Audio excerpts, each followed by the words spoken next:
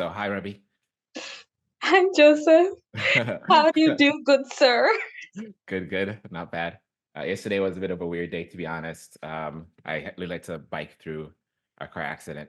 Not while it was happening, like after the fact. And, So and people, imagine what people was were happening. involved or on the sidewalk, and two-lane traffic was what like now one lane, and those emergency vehicles between the sidewalk where the accident is being resolved and the traffic and yeah, I just had to bike through the people, which, just try not to make eye contact because I'm like, this feels a little disrespectful, but what choice do I have? Were there casualties? I hope not. I think it was like a young couple and a child. I mean, I tried not to pry too much, but everybody looked or seemed okay, I should say. Okay. Um, Okay, so, that's good. yeah. Yeah. How about you? How's your day been? Well, it's morning time, so and I hate mornings, so it's been horrible. But it's gonna get better. I'm going to the beach, and I love going to the beach in winters, and I'm probably gonna read a really interesting literary classic, like probably Shakespeare's poems, Wow, or I'm you're gonna gonna have to read impress her, something. I guess. No, We're no, no, nerdy. no, it's getting worse. Like, so it's either gonna Oh be a no. literary classic or it's gonna be a really trashy romance fiction. Got it. We need that balance in our lives. So I'm gonna take both and see what mood I'm in. Okay, sounds good. Sounds good. Something about Shakespeare, like I never liked reading Shakespeare in high school. Um, I think it's just like the old English vibe of it. It was just it was too much energy to try to understand what they're trying to say. I like the plots of it. It just like having to Right. actually read it was just very annoying to me. It But is, but it's not bad. yeah, I mean, yeah, I think like the story points and the characters are all very interesting. I No, think I it's read just like it's Hamlet. it's if you look at my bookshelf, then you will get mad at me. Wait, let me pull out 2, 3 things. Okay, go for it. Go for it. Since this has been so well rehearsed. Look at that, all Old English. You're gonna hate it. Yeah, I mean, I already don't read as much as I should, but that's definitely not the direction I would go in. All right, we should probably Well, get then you get don't need into to the look into topic. my Kindle. Um, anyway, yes. Hi, everyone. Welcome to DocuSpace episode 0. We're going to be your wonderful, wonderful hosts, and this episode is about having you guys get to know us better and us telling you why DocuSpace is an important space to us and how we want to share it with you and how it's like really it's our space, it's your space, and that it's everyone's space. It is important to me because it provides an outlet for me to put my thoughts out there as like a young professional, things I've been feeling, um, and just share it with everyone and see if there's like-minded people I can connect with. Yeah. I think it's also cool to share that this has been like a year. It's been a year actually since the first idea of this. Um, yeah, and it's been a lot of fun working on it. It's just like I guess it's more of a passion project. Um, Something that we've just been working on leisurely, hoping to release soon.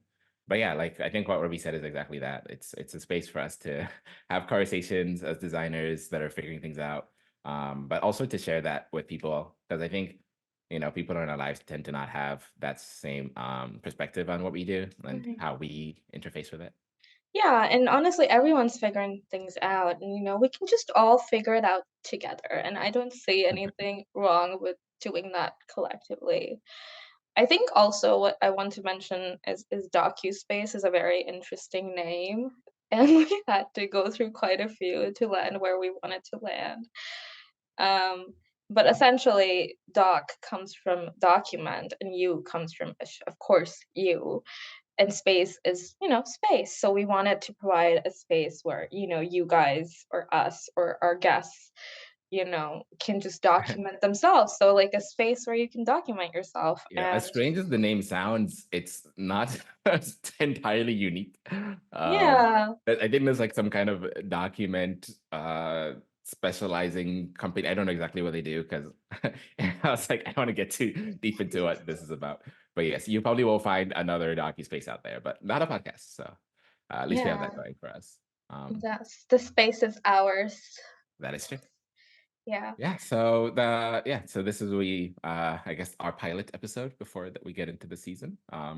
But yeah, so today we'll just be talking about ourselves a little bit. I think it's everything that you will see in the season has been very much a culmination of both our creative, I guess, interests and inputs. Um, so yeah, I think especially like learning how to work together outside of school was also really cool. And we really hit a stride that I think works for both of us pretty well. Yeah, I mean, if I remember in school when we worked together, we fought a lot. I think Yeah. our friendship was hanging by a thread. Never work with friends if you can. If you can avoid it, do not work with friends. But somehow we Anyway. figured it out. Oh my gosh, remember when we were working with Alex on the structures model and we were fighting about who gets to spray paint the corrugated roof? These are very important things to us at the time. Oh, Lord. Things were said, shots were fired. No, I was just passive aggressive and he got to do it, but it's okay. Okay. I mean, honestly, like when you've been working on putting little pieces of metal into small wind holes till 4 a.m., I think your your relationships will be tested. There's nothing you will not say at that time in the night. But yeah, I mean, overall, beautiful model though. I think it's in both our I'm not sure if it's in my portfolio right now, but yeah.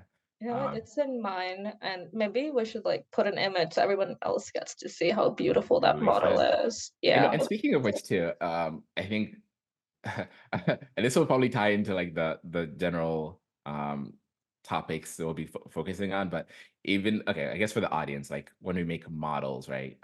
Typically I think when I talk to my friends and family about it, like, oh, so you like little doll houses and you put people in it, and it's really cute. But for us, it's like, it's supposed to be something that is more experiential and you can photograph it more differently than 3D renders, and it has like the quality of light and texture and things like that. Yeah. Um, and I think like the process of design that we learned in school has been so different from how we've been doing design. At least for me, like how we do design in practice. Um, yeah, I'm not sure if you've had that experience too, but it feels a lot. I think at least in actual practice, it's less linear just because Yeah. it's not as short as a school's deadline where it's like you have a semester to figure everything out. Hmm. But also it is, I guess, a lot less analog, right? At least for my firm, like we do try to do a little bit of that, but it is Mhm. more, AutoCAD and Rhino. No, We no, do model building or sketching as much. Oh, my boss does it, but not me. actually, it's pretty different. But I guess that, like in most big firms, the difference that I felt is, of course, natural. Also, that everything's much more real. Now, Let's share. you need to think about fire stairs, and that's just the way it is. And I remember when in college, do you remember Jerry Wells when he was insisting on putting fire stairs? We would get so angry at. Yeah. But egress, y'all, so important. Um, and no, another thing I've noticed is that the models I'm making at work just can't be like centerpieces in my home because like some really interesting models that we built in school, we Yeah, like yeah. bring at You home take and it days was and weeks and planning and going yeah, to buy metal 40 minutes away from school, like all that type of stuff. and then they just become like pieces, like these like sculptural pieces we put on our bookshelves. But I can't do that with like very Mm. real I guess buildings that like I'm for working on. me, we do sketch a lot. Like my boss sketches like all the time to work through things. Um, but I think like especially since working on many projects, like we never really have to figure things out through model as much. Mhm, Like model is like a representational thing mostly, right? So it's like mhm, you have the most of the time you already have the design made and then you model it.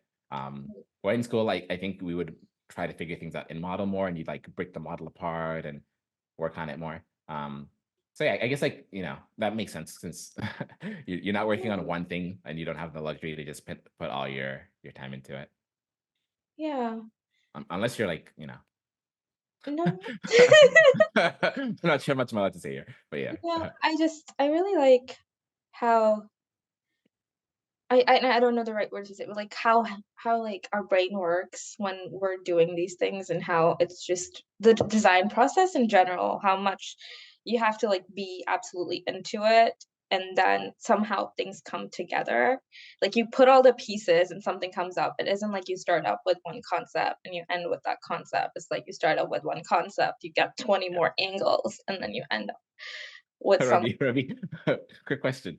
I'm only asking you this because I think now that we've been recording ourselves and having to watch myself more often, Yeah. I'm realizing I talk with my hands a lot, and I was like, I don't think I always did that. And then you just right now are doing all this. I'm not sure if it's something that happened to you like through school or something, but I don't recall if I was always this handsy when I was talking.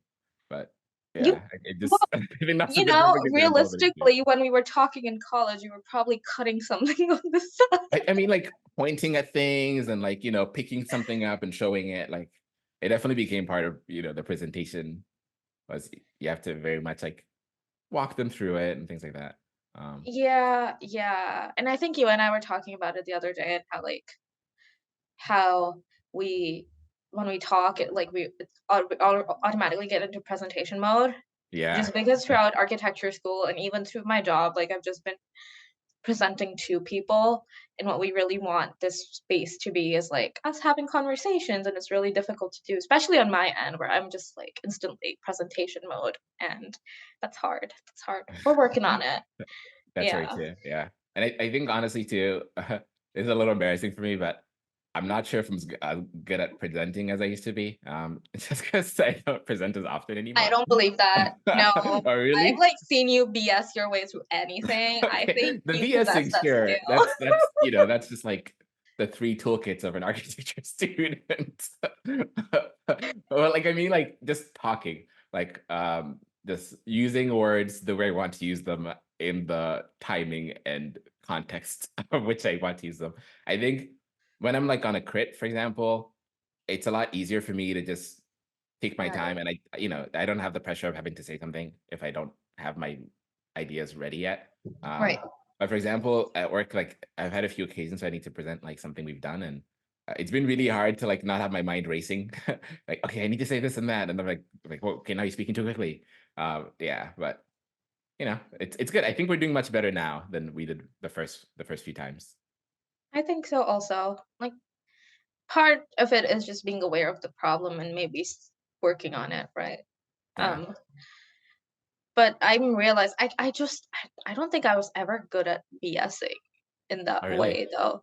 Yeah, because like and this is a problem we all face. We just become too attached to our project, and if I don't see something in my project, I don't talk about it. So it's I think directly connected to self-esteem issues. Those are the cases where you want the professor to pick something up and then you can just cosign. Like, oh, and you did this because of X, Y, and Z. Like, yeah, We're yeah, like, yes, totally. absolutely. That was my You thought know process. what? Exactly that. Yeah. But in a weird way, I think that is part of design process. I know like in school we used to meme it a lot, like post rationalizing or just like, yeah, that's totally it when it really wasn't. Yeah. But that's just how design works sometimes, right? Like there'll be ideas that maybe weren't uh consciously part of your Mhm. process, but later on when you think about it, they actually make a lot of sense. And then you just have to like incorporate them more meaningfully. Right. And honestly, telling your story is so important. And eventually we're gonna do an episode on That storytelling. is true. Insert little ad here. See, this is little present. teaser. Look at my present mode. Um, That was a lot. Wow. Let's but let's reel it back a little. Shoot.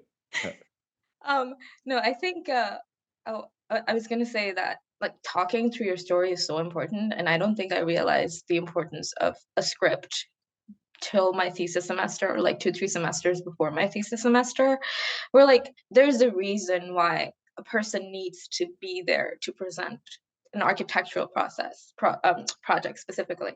Like I know in certain art scenarios you go and you look at a painting and the artist doesn't need to be there to speak for the project, but like in most architectural critiques even or like when work is pinned up you just really need someone there to talk you through the narrative. That means the narrative has almost as much importance, if not more, than what Yeah, you're that's a seeing. very, very good point. And it's interesting Yeah. because in school, the types of drawings we made were very different from what you see in practice, right? Like they Yeah, were yeah. way, way more artistic or like conceptual. Right. Right. And it's interesting because sometimes I'd look at someone's drawing and I really would have no clue what's going on. And I bet people would have the same thing about my drawings. Where it's like I know it looks really pretty, but I'm like, "Oh, what is it telling me? And what am I supposed to be getting out of Yeah. this? Because there's like a ton of lines and really nice colors and gradients Right. and Yeah. people. And it's interesting because I think first year we're supposed to like learn like, oh, your drawings speak for itself. So when you Right. present, you shouldn't over explain. But I think like what you're saying, like sometimes some projects really do need that voice, but I think at least like the way we draw in the field, it doesn't, it's so much more straightforward Yeah. because it's meant to be understood by people that are not in design, which kind of gets to my, what I'm kind of trying to transition into, which is like how we talk about design to designers versus how we talk about design to non-designers. Hmm. Important. Yes. I had this professor, Anna Deach. She's amazing. I love her. But what she told me is that if you're making a diagram, it needs to be dumb. If I look at it and in 3 seconds I don't understand it, then you have failed at your job. And I stand by that. No, Fair literally, enough. Fair enough. diagrams are supposed to be easy to understand. Diagrams are Yeah. supposed to be accessible. Yeah. Diagrams are for everyday people, and that's just the way it is. So I believe in the power of diagrams is what I was trying to say. But you can transition back to whatever you were trying to say. No, this is right on the money. I think Yeah. even diagrams in school were maybe a little bit more complicated than it had to be. And Right. I think sometimes in academia, like we're dealing with topics and trying to get super deep into all the ins and outs of it. Hmm. Whereas in work, we don't really do that as much because there isn't the luxury to do so, right? Like Right. if you're making a diagram for school, you could be diagramming the entire historical processes of something, plus the ecological side of it, plus human activity and the Right. rays of sunlight. Like people can be putting so much information into it. Um, and maybe you can argue that all those things should be separated into separate drawings, but Right. that doesn't always happen. And at least I think in work there's a very clear emphasis that this needs to be understood by someone, by a client specifically, Right. which makes it a lot easier, at least for me, a lot easier to like have that limit test of like, okay, maybe I get it, my boss gets it, but will this person will Yeah. be talking to you Yeah. at 2 p.m. know what's Yeah. going on? Yeah. No, absolutely, you're right. Like in workplaces, I have learned to simplify things by a lot, just so that it's more acceptable to a client who's like not as familiar with plans or sections or like what we're trying to do in general. And that's so interesting that you bring it up. Yeah. Yeah. It's kind of right now, I'm I'm the project manager of a renovation that's happening. I just use that in quotations just because I'm like, okay, I'm kind of figuring it out, so I'm not Yeah. sure if I can fully say that yet. Yeah. Yeah. But maybe I'll get to the point where I can confidently say that. But uh, yeah, and it's interesting because the person who's doing the renovation, so there's two people. So we gave them like a set of plans, Hmm. which they're supposed to be using. Yeah. Um, and there's also like a bit of a language barrier because they speak Spanish and I don't. But Yeah. we have a part-timer in the office who translates it for them. And Mm. she said something really funny to me where she's like, I don't think they were reading the plans at all. It's like, okay. Because you're like explaining it to them, and she's like, based on the conversation I just had with them, I really don't think they're reading the plans. And interesting because like, they're Yeah. figuring it out based on the like having like taken apart the building a bit and also as like explaining to them Right. what would need to happen. Right. Right. Right. But like you're saying, like in a weird way, like that the language of architecture is really meant for building. Mhm. Right. And I think there's other drawings that we do now that are like more experiential that are supposed to talk about, Right. atmosphere and the character of our space. Um, Right. but mhm, What I was gonna bring up was that you mentioned this really interesting thing that, oh, maybe in school we did like more analysis diagrams, ecology, yeah, topography, geology even. Like, how stupid was I anything really. studying rock compositions for my second year project? Oh yeah, that was because it was about excavation. Never mind, I wasn't stupid. Um, but no, I think we don't do that at work enough, honestly. I think we need to do that more at work, like because at school we really do in trying to find an idea that's strong, I feel like we really, really dive deeper into the research. about the surrounding the context, which is so incredibly important and so many layers of it. And we do have like a lot of diagrams. Whereas at work, I feel like because the ways are usually tried and tested, and sometimes things are just set in stone, that there's like the range of analyses that we do is just less. Is that something that you've noticed as well at your Yeah, I place? think that's kind of the luxury of being a bit of a smaller firm for Yeah. us is we we do get busy just because it's still proportional to Right, right, right. the amount of employees, but um we do have a bit more time to flesh out projects typically. And also Um, the clients that we choose aren't, usually are very like mission aligned per se. And that's mhm. something that my boss is always talking about is like, Right. not taking a project because you need money, but taking a project because it's something that you really kind of believe in terms of its end goal. Um, But I do agree with you. Like there's a lot of firms that are spitting out the same buildings over and over again because they don't have to do any of that other stuff. Um, and I think it is to the detriment of the built environment that has become, the tried and tested agreed. methodology for people, right? Where it's like if you need a museum or a hospital, maybe there's a firm that's done like a 20 of them, and maybe Right. not a museum as much, but a hospital definitely, where they'll just give you like slight variations on the same building they did like 20 times already. Yeah. Just put the curtain wall in a different place.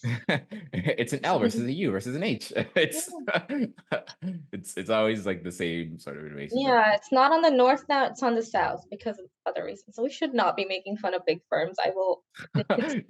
No, I Um, mean, I think they definitely are a huge part of the ecosystem of architecture. And yeah, unfortunately, like, big firms do have the advantage of being very, like, they can make very competent buildings, right? Like, if you go to a big mhm, firm, they definitely know how to make the thing you want them to make, like, mhm, really well, right? They'll make it, fit the building code. They'll make mhm. sure that, it's, and I'm speaking really highly. I'm not trying to generalize. There's always going to be a firm Yeah, that will mess up. But, like, they do have that competency for sure. mhm. But on the flip side, 9 out of 10 times they will do the most typical thing possible. And that's most likely what the client went there for anyway. So it's also, I guess, a part of the clientele that typically do try to seek those Right, services. agreed. Maybe we shouldn't be mentioning firm names. We'll just like put a beep. Beep. That'll be Uh, hilarious. I am I into mean, that. we're speaking freely in about public entities. I think we're fine as far as we're not seeing anything damning or libelous No, for I sure. love where I work. Honestly, I am so happy. You must have seen me be happy over the course of the You past must year. have seen me be happy. You must have The happiness. telling sentence. No, I think what you were talking about was reminding me of just my like the dilemma I had in the middle of college where I was just Yeah. like, no, not architecture. And a lot had just to do with me realizing that I would like um more less of a control over the things I built and more control over my creative process, if that makes sense. Like I felt that there was a rigidity attached to architecture. And I was taking this sculpture course where like it felt like just all the barriers were lifted and I could just do whatever I wanted to. And I'm realizing now that literally now, As we're speaking. now, Okay. Gotcha. now that I'm working like I'm actually working, I feel like it's much more rigid than it was in school. So now I'm starting to miss, school in itself, where I'm like, oh, less boundaries in school, more boundaries at work. And I mean, that's fine. It's just a part of the real world, and there's certain things you need to do to like make sure buildings are safe, habitable, and all that stuff. Yeah, for sure. I just wish they were more human centric, and that's a word I use a lot in all my, like what are those things you write cover letters? Cover letters. Like this How many is cover letters are you writing nowadays, really? That's me, very odd. human centric design, and like a year or so ago. Okay, okay, gotcha. Um, We'll keep that the headcanon for now. yeah, but like it's just people-centric design is so important in that way. It's like designing for the people. You cannot just be making really tall buildings and like the human and have them have no connection with the human. Or It's like you funny, can't for on my Instagram feed a lot recently, I've been seeing a lot of people that are talking about buildings, and not necessarily like architects, but they're always and it's I guess it's like a little validating in terms of like the types of Mhm. ideas that I think people in our generation, like in our like our Right. friends are thinking about, which I think is a good sign for the future. Where people are like, oh, I hate how ugly these multi-million billion dollar buildings are, right? It's like if you're gonna flaunt your wealth in my face, like make it look pretty. Um, and I think that's like a very reductive way to put it, but like people do feel that, and maybe they can't or don't always communicate that Right. in clear ways. But I think people do feel that, okay, like why is it like all these buildings are, you know, Right. not pleasant to be around? I was actually having a conversation with one of my friends about it, and he was essentially talking about like how we need more control over our interior spaces, like a house or something, like inside. And I agree with that. And we do have some degree of control over it. But what we actually do need control, I think, is over urban spaces, like spaces that we inhabit together. And it's so important that we feel a connection to those spaces because it's spaces that we share. And I mean, I don't know what steps the big firms are taking. I feel like this is becoming very anti-big firm. I love big firms, please.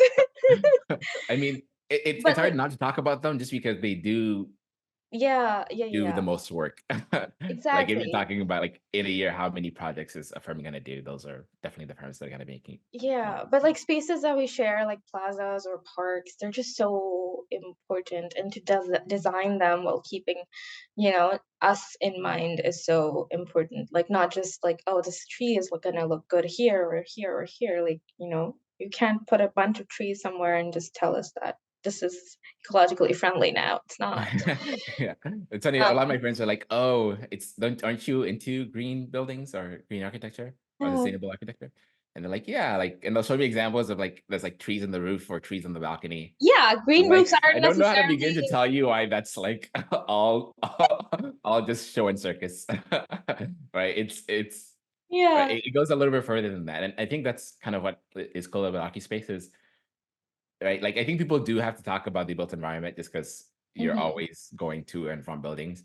But Yeah. I think hopefully we can start to create conversations that allow people to start to think about them in ways that are, I guess, more atypical, right? Like aren't so surface level. Right.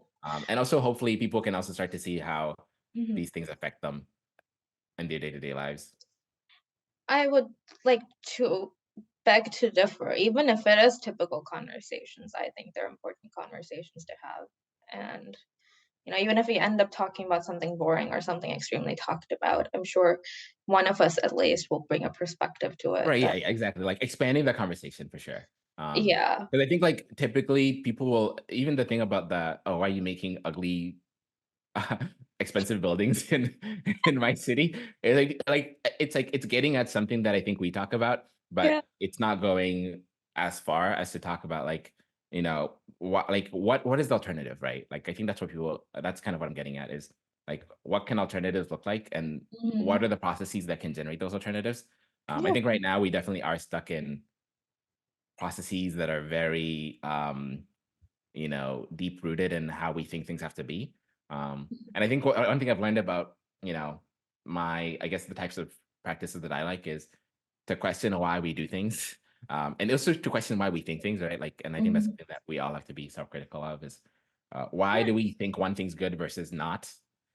Right. And how does that conditioning come to be? Right. And we bring this up later, and you'll hear us say this a lot, but knowledge is so important. It is so important to educate yourself about the spaces you're in, how much control you have over the spaces you're in, so that you can just we can all just collectively do better. When we know better, we do better. And part of the podcast is also just trying to just help tell everyone that you do have certain amount of agency, right? And you'll only know of that agency if you make an effort to know it, because no one's gonna tell you, unfortunately. Yeah, I mean, if anything, you can argue that it's to the benefit for people not to know these things. Um, Yeah, yeah. yeah, like I'm a very firm believer that if architecture is going to change from where it is now, right? I think right now there has been a call to action about, the our impact on greenhouse gases and Hmm. all the climate Not disasters enough. There going needs on, to be right? more, but And I think continue. in a weird way, like, and you get things like LEAD where it's like, okay, we have said the things, right? It's very easy to say these things. I think Right. that's not the hard part. The hard part is to actually follow up on those. And right now, I think if architecture really is going to do that, like people need to put the right types of pressure on it to do Right. so. Right? Like it shouldn't be necessarily all on the technological front.